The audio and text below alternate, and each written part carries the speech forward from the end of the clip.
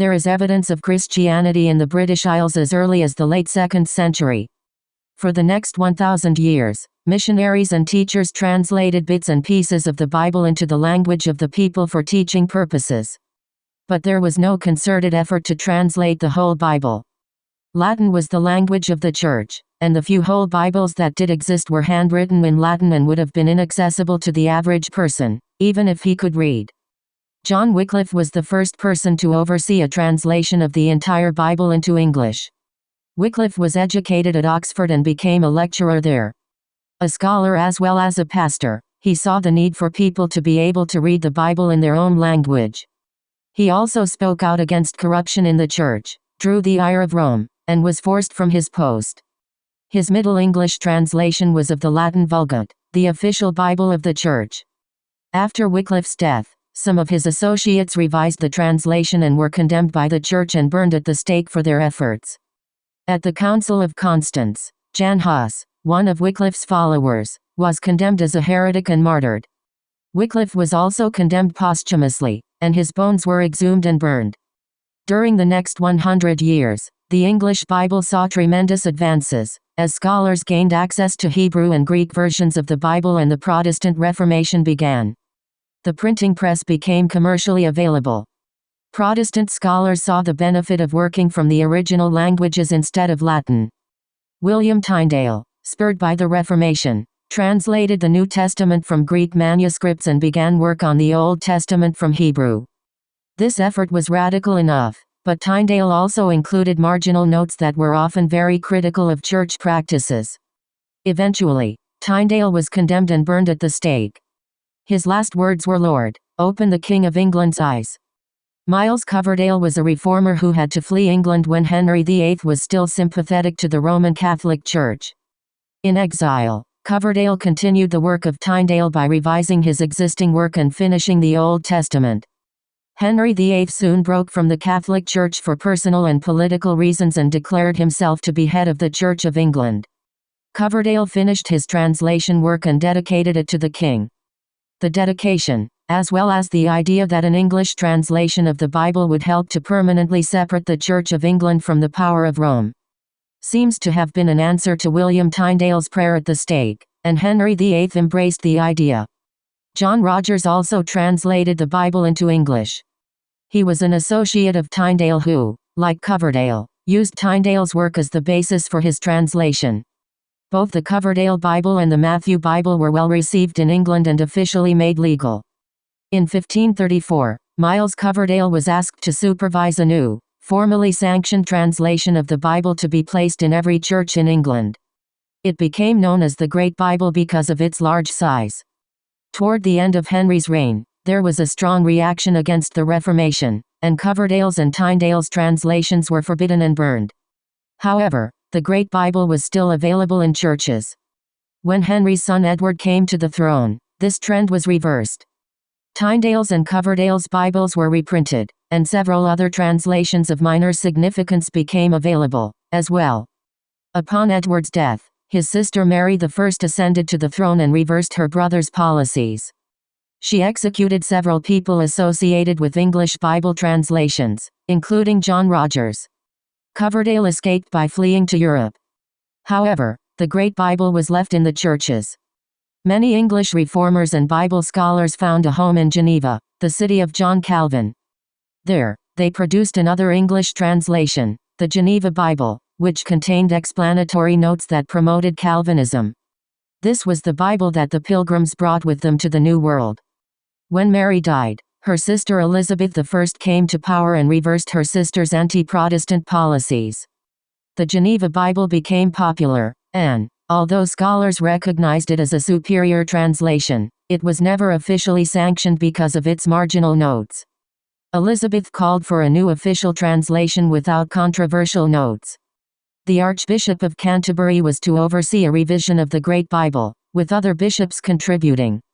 This Bible became known as the Bishop's Bible, but it never replaced the Geneva Bible in popularity. By this time the Roman Catholic Church had surrendered to the inevitability of an English translation of the Bible, so a new translation favorable to Catholic doctrine was produced. This was called the Douay-Rheims translation, after the two cities where the majority of work on it was conducted. With all of the notes in Bible translations and the production of a Catholic version that at times was more concerned about preserving Catholic teaching than providing an accurate rendering of the text. See the examples noted by Winner, The Journey from Test to Translation.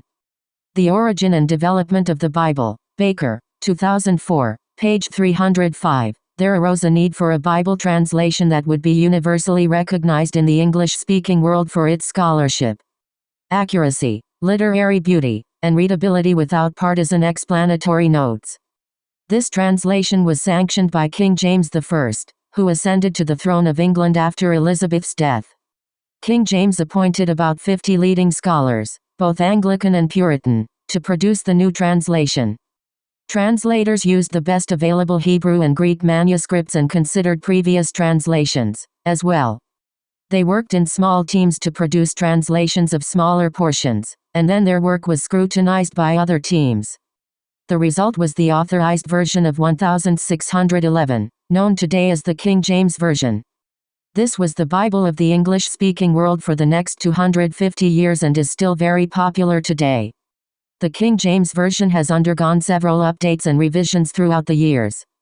The one that is commonly used today is the Oxford Standard Edition of 1769. By the late 1800s, there had been a tremendous number of discoveries of new manuscripts, plus, the English language had changed quite a bit.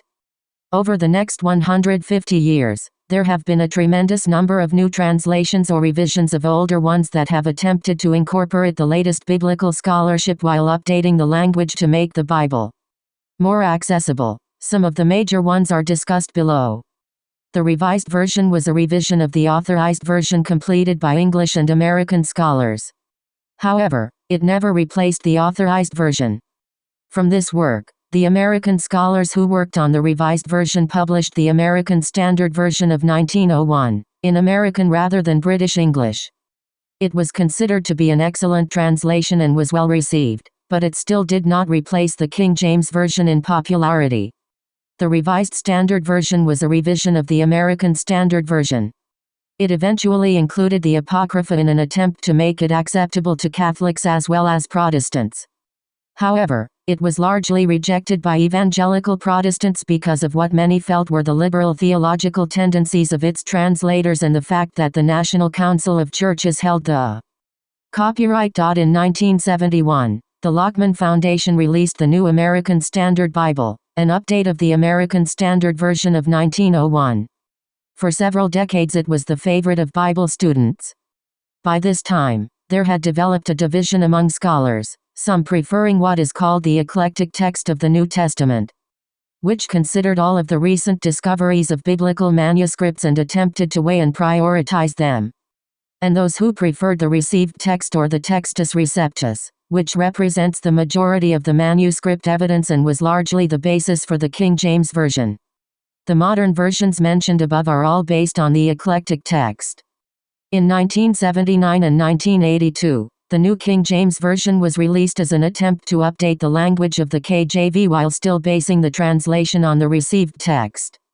All of the translations mentioned above would fall into the category of literal translations that attempt to stick as closely as possible to the Greek and Hebrew texts, while still being readable English. However, in recent years more versions have become available that are considered dynamic translations.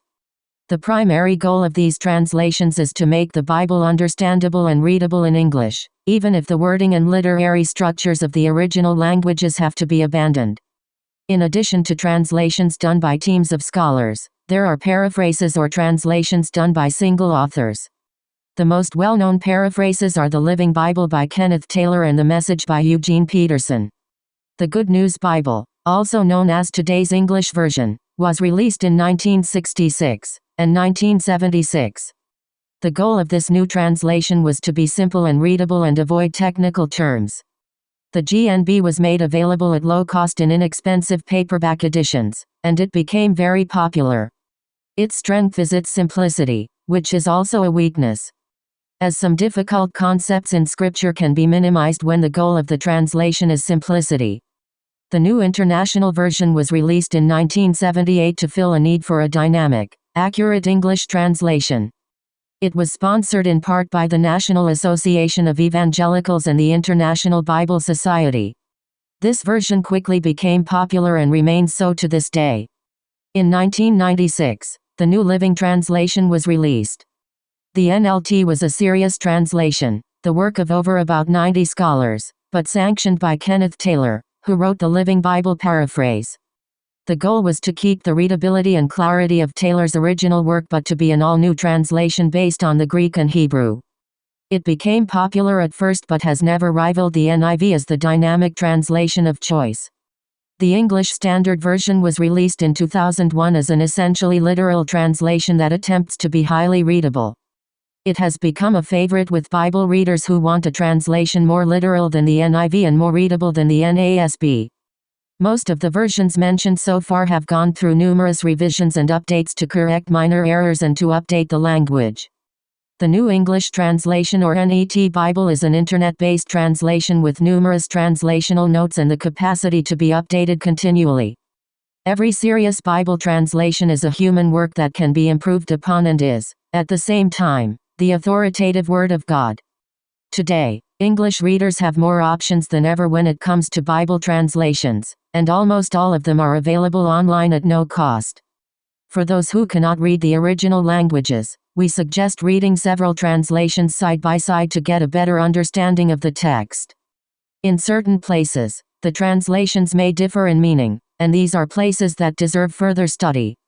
For study, we would recommend the NIV, NASB, ESV, and KJV or NKJV. For rapid reading or daily reading, any one of the other versions might be helpful. With the plethora of English Bible translations, there has also been an explosion in study Bibles. Study Bibles contain the text of the Bible in one of the various translations along with explanatory notes. Some of them are based on the teaching of a single individual, and others are based on notes from a team of scholars, often from a particular theological perspective. Some have a particular area of interest, such as the Apologetic Study Bible or the Cultural Background Study Bible. The notes in these Bibles are not the inspired text but may be helpful. Some study Bibles simply attempt to help the reader understand the text, while others appeal to certain demographics of Bible readers. Consequently, there are study Bibles geared for children, teens, singles, couples, men, women, students, small groups, etc. The English Bibles we have today came to us at great cost. Many men lost their lives in their attempt to produce and distribute the Bible in English. Others spent a great deal of money to buy or even rent a Bible. Today, most English-speaking Christians have multiple copies and versions available in book form, and there are many more versions available online.